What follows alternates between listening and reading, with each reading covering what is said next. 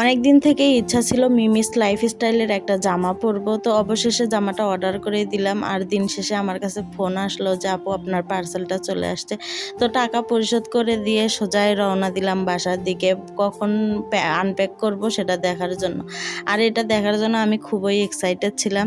তাদের ব্যবহার আমার অনেক বেশি ভালো লাগছে। তাদের সাথে আমি মেসেজে আর ফোনেই কথা বলছিলাম।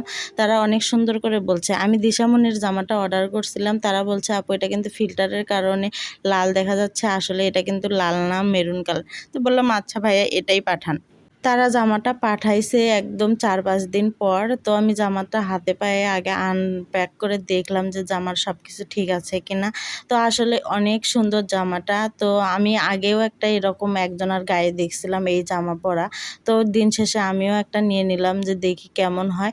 এটার প্রাইস হিসেবে জামাটা সুন্দর আছে। এই যে আমি জামাটা পরে আপনাদের দেখাচ্ছি। আসলে প্রাইস হিসেবে জামাটা সুন্দর আছে।